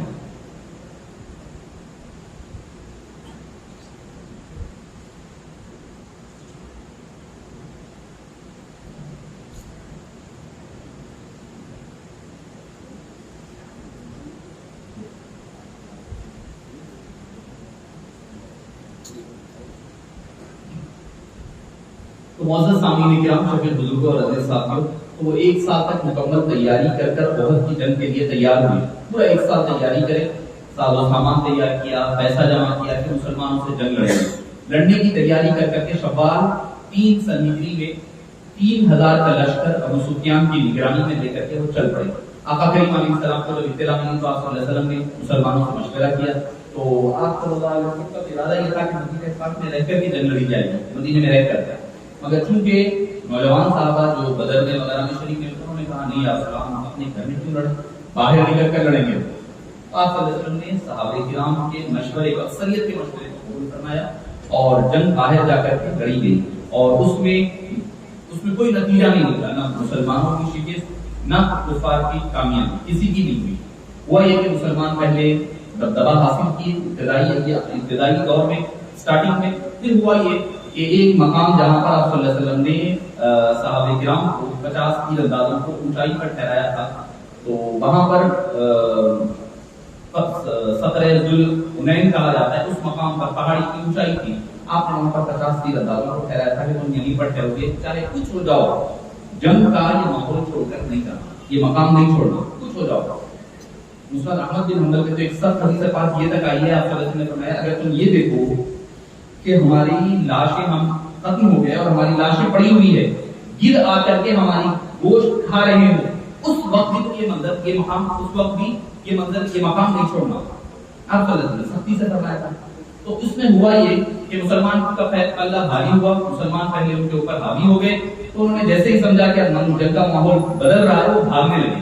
حضرت خالد بن ولید جو ایمان نہیں لائے تھے، کفار کی طرف سے تھے، وہ پیچھے سے آئے. دیکھے یہ جو پہاڑی پر 50 لوگ تھے وہ سارے کے سارے اتر گئے، 12 لوگ رک گئے. حالانکہ لوگ رک گئے تھے تو سرکار نے منع کیا. وہاں پر صحابہ کرام نہیں، یہ دیکھیے یہاں پر میں اس لیے اپنی بات کو، کیونکہ حضرت کو تشریف لے جانا ہے تو میں اپنی بات کو تفصیل اختصار کے ساتھ یہاں ہی ختم کرتا ہوں کہ صحابہ کرام کے بارے میں شیما گوئیاں کرنا یا ان کے بارے میں خلاف ادب کوئی بات کہنا، ہلکی بات کرنا، یہ مسلمانوں کا ایسے اسلام کا شیوا نہیں. یہ یاد رکھیں. بولے بات نہیں، لکھنے والوں نے لکھ دیا، بڑی بڑی کتابیں، بڑے بڑے نام ہیں، میں نام نہیں لینا چاہتا، بڑی بڑی تفسیریں لکھ دی ہے، سیرت کی بڑی بڑی کتابیں. کیا لکھا؟ نعوذ باللہ صحابہ کرام نے مال کی، نعوذ باللہ ثم نعوذ باللہ، مال کی لالچ میں نکل کر چلے گئے. کسی نے کہا نعوذ باللہ صلی اللہ علیہ وسلم کی حکم ابوری کی نہیں، وہاں پر انہوں نے اجتہاد کیا. کیا اجتہاد تھا؟ آقا کریم نے کیا فرمایا تھا؟ اگر تم یہ دیکھو کہ ہماری لاشیں پڑی ہوئی ہے تب بھی تم یہ مقام نہیں چھوڑنا. تو مطلب کیا تھا کہ آپ وہ یہ کہیے کہ سرکار نے تو یہ فرمایا شکست کی صورت میں، فتح کی صورت میں تو نہیں فرمایا نا سرکار نے کہ کامیابی ملے تو کیا کرے، نہیں فرمایا. انہوں نے اجتہاد کیا. جنہوں جو رکے وہ حق پر رہے، اجتہاد حقیقی تھا.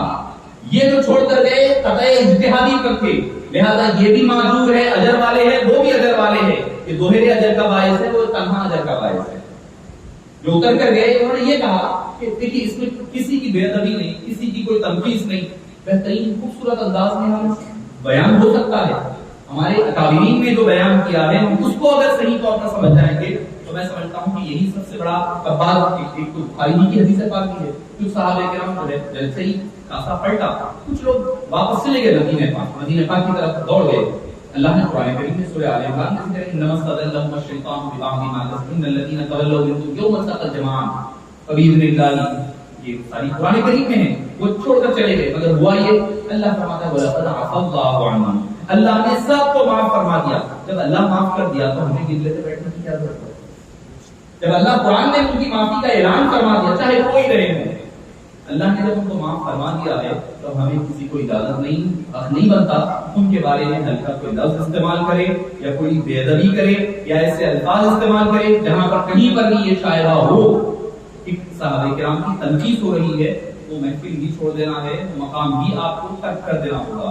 معزز سامعین کرام، جنگ احد میں معاملہ اچھا اس میں سیر نگار یہ لکھتے ہیں کہ پہلے جو جنگ بدر تھی اس میں یہ ہوا تھا ان کا کامل بھروسہ اللہ اور اللہ کے حبیب پر تھا. جنگ احد میں یہ ہوا تھوڑا سا ذرا ذہنی طور پر انسان تھوڑا آسان کریں، آسان اس لیے ہوتے ارے بھائی اپنے پاس 1000 لوگ تھے، نو ڈاؤٹ عبداللہ بن ابی کے 300 چلے گئے، 700 تو باقی 700 لوگ ہمارے ساتھ تھے، تیاری اچھی ہے، سب ہے ہمارے پاس. تو انہوں نے یہ سمجھا شاید ہماری طاقت اور ہتھیار کام آئیں گے.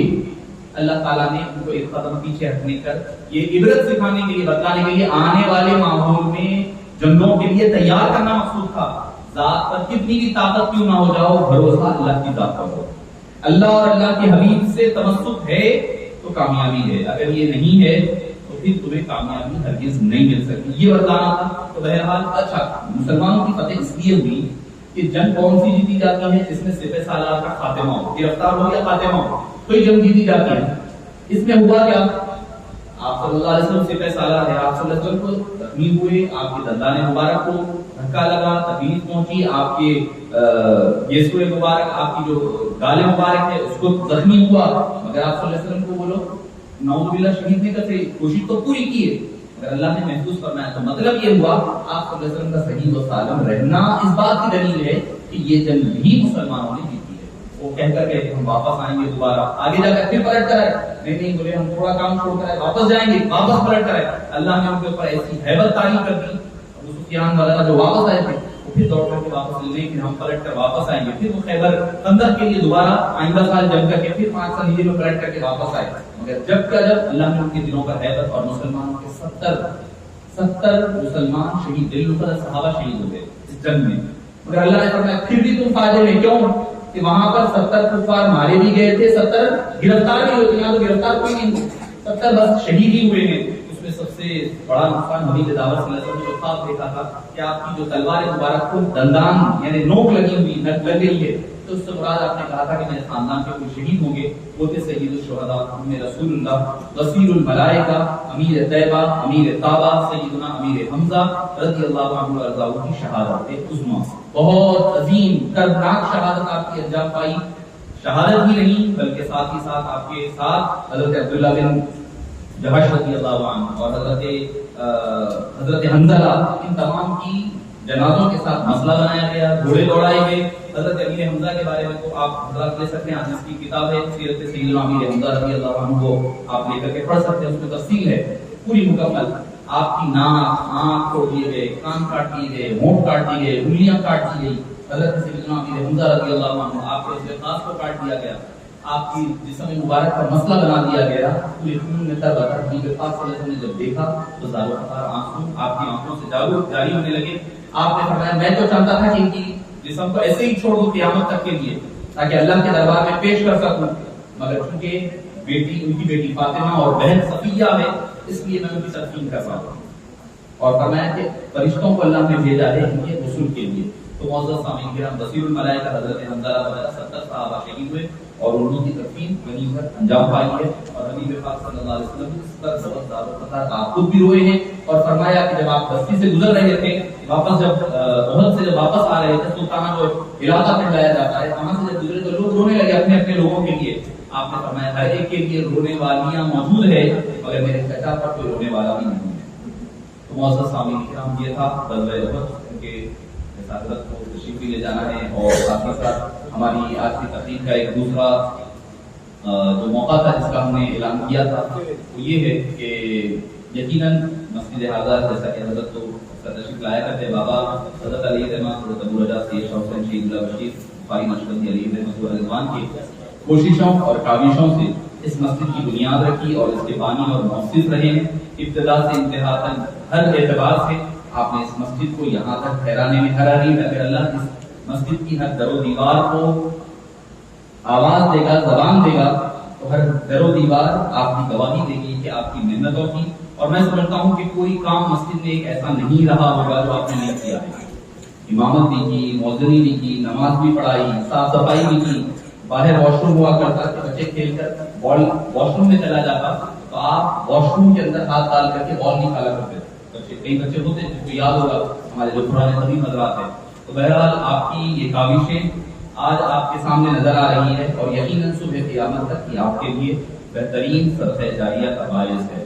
تو چونکہ عمومی طور پر یہ دیکھنے میں آتا ہے کہ بزرگ حضرات جو خدمات بے حساب اور پھر مستقل مسلی جو حضرات ہیں، ویسے تو سبھی حضرات ہیں مگر چونکہ ہمارے پاس جو مستقل ابتدا سے 2000 سے اب تک استقلال کے ساتھ ہر اعتبار سے ہر موقع پر جو شریک رہا کرتے ہیں ہر کام میں دامے سلطنت اور ان بزرگ حضرات کو تہنیت پیش کرنے کا، اس کی دو وجوہات ہیں. ایک تو یہ کہ نوجوان بچوں کو ترغیب رہے، پتہ چلے کہ بڑوں کا ادب اور تعظیم کیسے کی جائے، کیونکہ آج یہ ختم ہوتے جا رہی ہے. حضرت کی موجودگی میں عرض کروں گا، پہلے ہوتا یہ تھا کہ ہم راستہ سے جاتے تو کوئی بڑے حضرات، بڑے عمر والے حضرات سگریٹ پیتے تو چھپا لیتے تھے، چھوٹا بچہ تھا جب کی بات ہو. اب تو ایسا ہو رہا ہے محلے کے بڑے بزرگ اللہ والے بھی جا رہے ہیں، عالم بھی جا رہے ہیں، کوئی گالی گلوچ. ایک تو دفتر پر ہم بیٹھے ہوئے ہیں، ایک عالم دین بڑے بزرگ میں بیٹھے ہوئے ہیں، 2 بچے اور بھی بیٹھے ہیں ساتھ، بیٹھ کر بات چیت کر رہے ہیں. عالم علماء کی میں ہے 4 لوگ بیٹھے ہوئے، اس میں 2 بچے ہیں دفتر پر گالی گلوچ کر رہے ہیں بچے بیٹھے دفتر پر. یعنی اس قدر بے حیائی، صرف بے حیائی ننگے بنے کا نام نہیں ہے. اگر آپ کوئی غلط کام کرتے ہوئے، غلط کام کہتے ہوئے اگر شرم و حیا محسوس نہیں کر رہے ہیں تو یہ بھی بے حیائی ہے. حیا جو کم ختم ہوتی ہے اس کی وجہ سے یہ بے باکی پیدا ہوتی ہے، بے ادبی پیدا ہوتی ہے. تو بچوں کو پتہ چلے، بڑوں کا ادب کیا جائے، ایک یہ وجہ.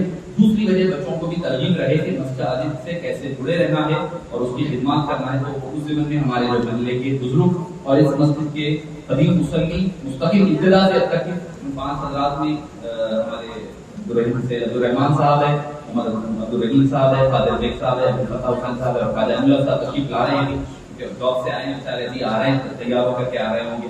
تو ابھی 2 منٹ میں پہنچیں گے. حضرت سے کلمات آپ کی کلمات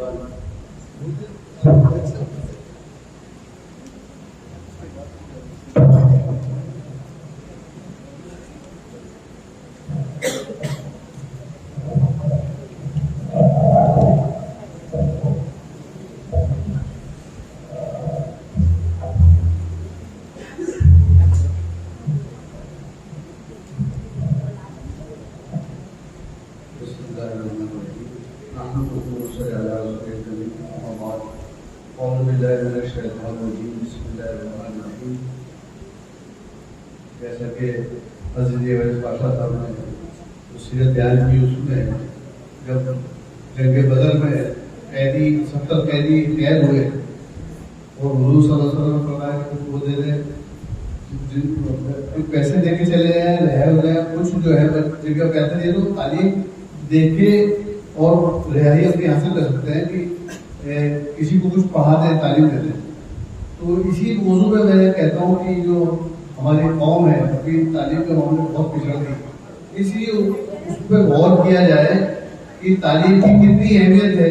کہ اس وقت حضور صلی اللہ علیہ وسلم نے جب جو صحابہ کرام جو ہے پڑھے لکھے نہ تھے ظاہری طور پہ، لیکن حضور کی صحبت یافتہ تھے، تو حضور صلی اللہ علیہ وسلم کتنا ایک بڑا قدم اٹھا کے کہ ان کو آپ تعلیم دے دیجیے، ان کو پڑھنا لکھنا سکھا دیجیے اور آپ رہا ہو جائے گی. تو یہ جو تعلیم ہے اس کی کتنی اہمیت ہے، آپ اس کا ایسا اندازہ ہے. تو جو ہمارے بچے بیٹھے ہوئے ہیں ان سے میں کہنا چاہوں گا کہ ہمارے اویس پاشا صاحب جو محنت کر رہے ہیں اس مسجد میں ماشاء اللہ سے، اور آپ سب کو لے کے چل رہے ہیں بچوں کو، تو بچوں کو بھی چاہیے ان کے جو اقربا ہیں، ان کے جو پیرنٹس ہیں، ان کو بھی چاہیے کہ اس معاملے میں زیادہ اہمیت دیں. بچوں کو کیا ہوتا ہے کہ تعلیم کی اہمیت کب سمجھے گا بچہ؟ ایک تو بچہ ہوتا ہے اس کے مانا کہتے ہیں چلے اسکول، اور ایک بچے کو دھیان رکھنا کہ یہ بچہ پڑھ رہا ہے نہیں پڑھ رہا ہے، وقت پہ جا رہا ہے نہیں جا رہا ہے، کھانا کھا رہا ہے نہیں کھا رہا ہے، وہ سب چیزوں کو دھیان رکھنا. بچے کو بھی اہمیت معلوم ہوتی ہے کہ تعلیم کی واقعی بہت اہمیت ہے. تو ماں باپ کا ایک کردار ہونا چاہیے کہ بچوں کو تعلیم کے لیے اچھے سے اچھے مواقع دیں اور اچھے سے اچھے ٹیوشن کرائیں، کیونکہ آج کل کا جو دور ہے وہ مقابلے کا دور ہے. آپ کو صرف علم حاصل کرنا نہیں ہے بلکہ آپ کو مقابلے میں آنا ہے. اگر آپ کو کوئی پرائیویٹ کمپنی میں بھی جانا ہے تو وہاں آپ کے پاس ایک پوسٹ کے لیے 50 آدمی موجود رہتے ہیں. تو جو آپ کے پاس اگر صلاحیت ہوگی تو اسی میں سے ایک آدمی کو چنا جائے گا. ایسی گورنمنٹ کی جو ملازمتیں ہوتی ہیں، میں بھی اسی محکمے میں رہا ہوں پبلک سروس کمیشن میں، تو وہاں دیکھتا تھا کہ ہمارے مسلمانوں کی تعداد بہت کم ہوتی تھی، گورنمنٹ سروس کی طرف توجہ نہیں ہوتی تھی، اور بہت کم لوگ آتے تھے پھر بڑے مشکل سے ایک آدھ دو بار سلیکٹ ہوتے تھے. تو لیکن جو ہم لوگ محسوس کرتے ہیں کہ ہر محکمے میں کم سے کم ہمارے بچے ہوتا ہے تو بڑی سہولیت ہوتی ہے ہم لوگوں کو. تو جیسے میں ہمارے محکمے میں تھا تو جتنے بھی ہمارے ملنے والے تھے، مسلم غیر مسلم سب آتے تھے، اس سے استفادہ کرتے تھے. تو آج تک ہم ہمارا احسان مانتے ہیں کہ حضرت آپ کی بڑی گائیڈنس رہتی تھی. تو میں بچوں سے کہنا چاہوں گا اپنے ماں باپ کو اس سے بھی کہ گورنمنٹ کی جو سروسز ہوتی ہے اس طرف جانا چاہیے. یہ نہیں کہ صرف یہاں پہ پڑھ لیا اور آپ صرف عرب چلے گئے.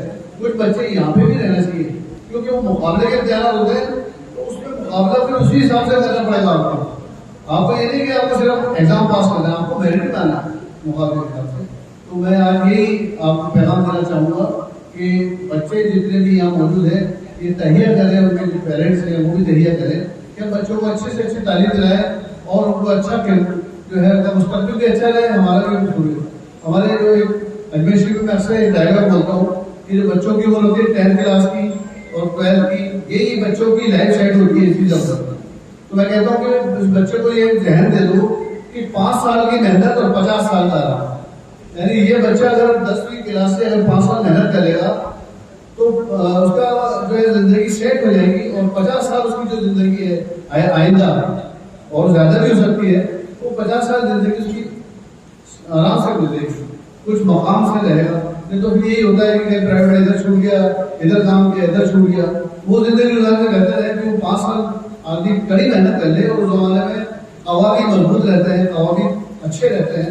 آدمی جس طرح سے چاہتا ہے، اگر 2 گھنٹے بھی سوگا تو تعلق رہ سکتا ہے، اور اگر 10 گھنٹے سوگا تو بھی جو ہے وہ اس کی ویسی عادت بن جائے گی. تو اگر پڑھنا ہے، میں نے دیکھا ہمارے جو آئی ایس کے بچے ہوتے ہیں، ہمارے کیرلا میں ایک آئی ایس ہے، ہمارے دوست کا بچہ ہے، اس کا جعفر امام نام ہے. وہ بتاتے تھے اور ان کے والد میرے دوست ابرار احمد صاحب کہ یہ بچہ 18 گھنٹے پڑھتا تھا جب جا کے آئی ایس میں سلیکشن ہوا.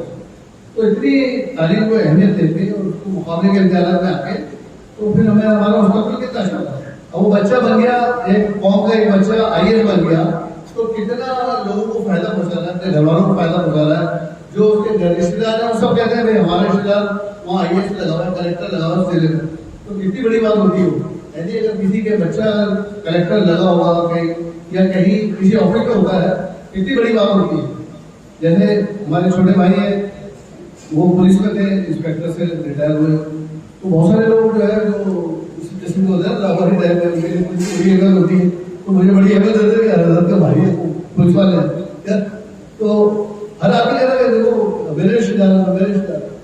تو جو کوئی بچہ جو کوئی اچھی جگہ عہدے میں جاتا ہے تو ہر آدمی اس کو اہمیت دیتا ہے، اور رشتے داروں کو بھی خوشی ہوتی ہے کہ یار بچہ اچھا ہے.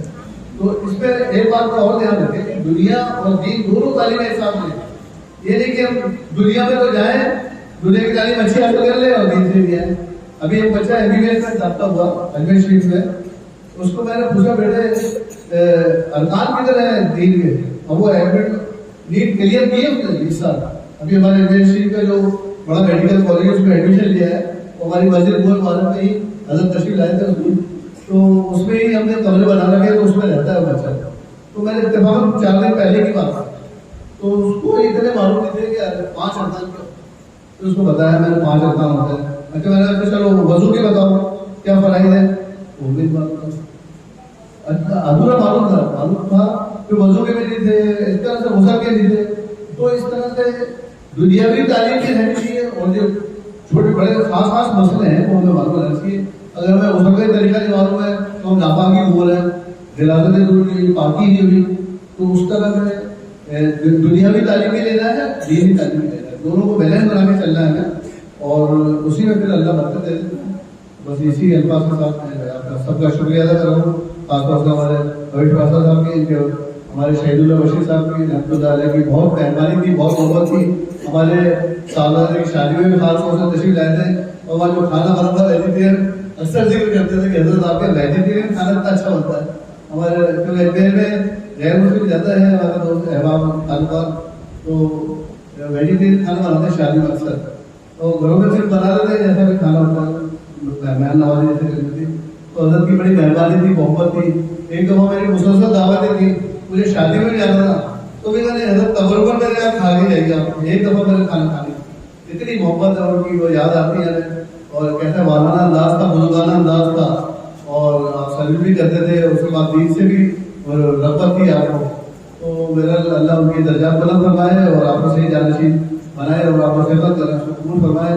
اور جو یہاں جتنے بھی حاضرین ہیں اللہ تعالیٰ آپ کو سب کو برکتیں عطا فرمائے. حضور صلی اللہ علیہ وسلم کی جو سیرت بیان ہوئی ہے اللہ تعالیٰ ہمیں اس کو عمل کرنے کی توفیق عطا فرمائے. اسی الفاظ کے ساتھ آپ سب کا شکریہ ادا کرتے ہوئے میں مولانا حضرت نے جیسا فرمایا کہ دین دنیا دونوں کی حاصل کرنا ہے، کہ عوام کو لوگ کی ترغیب کے لیے کہہ رہا ہوں کہ لڑکوں کے لیے الحمدللہ مسجد اعظم میں بعد نماز اثر کا مغرب مدرسہ چلتا ہے اور بعد نماز مغرب کا عشاء ٹیوشن میں چل رہا ہے. اور ابھی کچھ ایک ہفتے بھر سے لڑکیوں کا بھی آغاز ہوا ہے ہمارے گھر پر فرسٹ فلور پر اوپر جو بالائی حصے پر لڑکیوں کے لیے بھی آغاز کیا گیا ہے کہ اثر سے مغرب تک مدرسہ اور مغرب سے عشاء تک لڑکیوں کے لیے بھی ٹیوشن کا اہتمام ہے. آپ ضرور جیسے حضرت نے فرمایا دونوں جگہ ہونا ہے مومن, یہ بھی ہونا ضروری ہے وہ بھی ہونا ضروری ہے. تو لہذا میں ابھی بڑے حضرت کا ممنون اور مشکور ہوں کہ حضرت اپنی گناگو مصروفیات کے باوجود تشریف لائے ہیں. میں مولانا محمد منظور احمد صاحب سے التماس کرتا ہوں کہ حضرت کی کوشش کرنا ہے.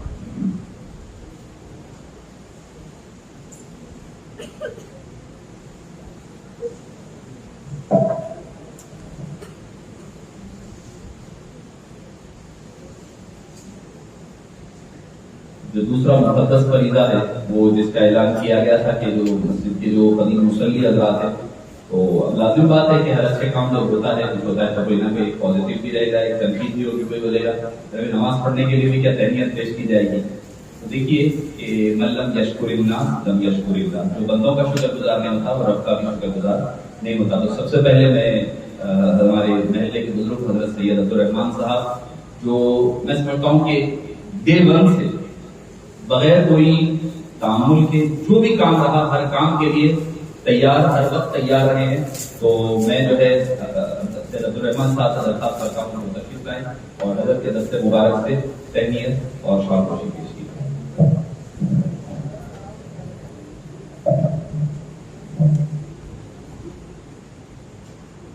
اور رحیم بھائی کا تو رحمان بھائی کا تو معاملہ یہ تھا کہ کسی بھی معاملے میں بابا جو فیصلہ کر دیا وہ فیصلہ فائنل. آپ پوچھتے تھے کیوں صاحب کیا ضرورت ہے آپ کس سے بھی پوچھنے کی, کرنے والے آپ ہیں تو کیا پوچھ کے کیا کر لیتے کس سے بھی. تو ہمیشہ بلا بے لوز خدمت کرنے والے ہر اعتبار سے آپ ہمارے اس کاروان کے سرپرست ہیں. اللہ تعالیٰ آپ کو صحت اور عافیت سے رکھے اور آپ کے اللہ تعالیٰ اپنی درازی عطا فرمائے. میں ہمارے دوسرے بزرگ جو میں سمجھتا ہوں کہ کوئی لمحہ ایسا نہیں گزرتا ہوگا جو مسجد سے جڑے ہوئے نہیں ہیں. میری مراد جناب حضرت محمد عبدالرحیم صاحب سے التماس کرتا ہوں کہ تشریف لائیں. آپ پوری نگرانی, بابا نے اپنی وفات سے صرف 2-3 مہینے پہلے سارے معاملات کی ذمہ داری آپ کو دی تھی. فرمایا تھا رحیم صاحب جو بھی پیسے جتنے باقی رہتے ہیں دینے کے کنفرم کہ آپ مجھے وہ دیں وہ باقی کے میں دے دوں گا. تو سارے معاملات ہمارے عبدالرحیم صاحب جو ہے, میں تو کئی مرتبہ کہیں باہر چلے جاتا ہوں, کبھی دبئی چلے گیا, کبھی عمرہ چلے گیا, کہیں اور سفروں پر چلا گیا. رحیم بھائی حضرت جو ہے ہمیشہ پوری مستعدی کے ساتھ جو ہے سارے معاملات کو دیکھا کرتے ہیں. اللہ تعالیٰ آپ کو جزائے خیر دے اور عمر میں درازی عطا فرمائے. یہ ان لوگوں کے لیے ضروری نہیں ہے, یہ ہمارے لیے ضروری ہے کہ جو بزرگ حضرات ہیں ان کا ادب اور احترام کرے. دوسری شخصیت ہے محمد قادر بیگ صاحب, مرزا قادر بیگ صاحب جو تشریف لائے. یہ بھی ابتدا سے ہمارے سرپرست رہے ہیں اور سارے معاملات میں آپ ہر وقت پیش رہا کرتے ہیں.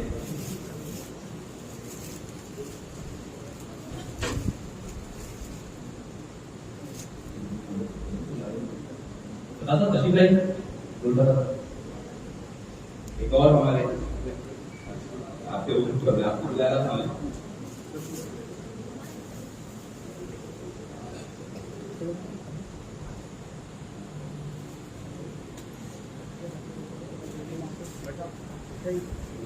یہ بھی ہمارے مسجد کے قدیم ترین بلکہ علاقے شکر گنج کے قدیم ترین شخصیت حضرت سید ابوالفتح حسین ایڈوکیٹ صاحب. آپ کی ملی سماجی کئی خدمات ہیں.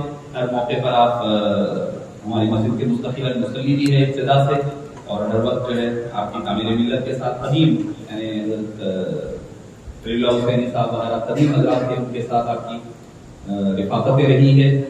اور مدرسہ انجمن ایریا دین میں بھی آپ کی خدمات رہی ہے بحیثیت قانونی مشیر.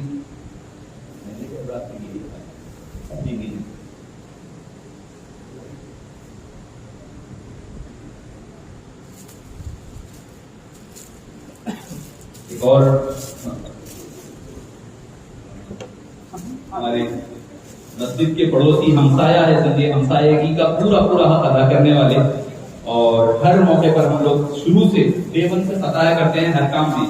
پانی ختم ہو گیا, پانی لینا, لائٹ, نل, پانی, گلاس کا ہر چیز چھوٹی چھوٹی بڑی سے بڑی چیز سے آپ کو ہم ستایا کرتے ہیں. ہماری مراد خواجہ عین الحق صاحب جو ہمیشہ ہمارے ہر کام میں ساتھ رہا کرتے ہیں.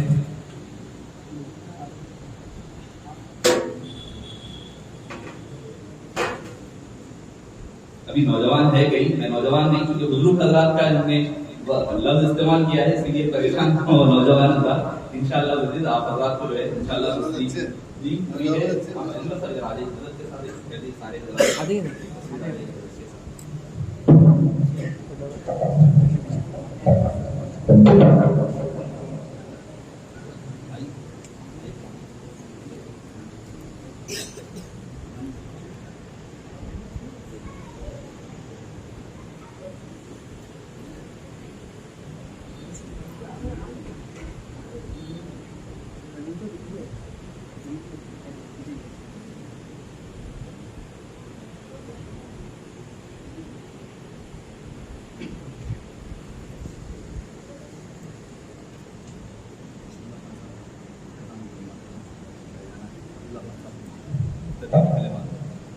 مولانا فضل اللہ خان صاحب اختتامی کلمات پیش کر رہے ہیں.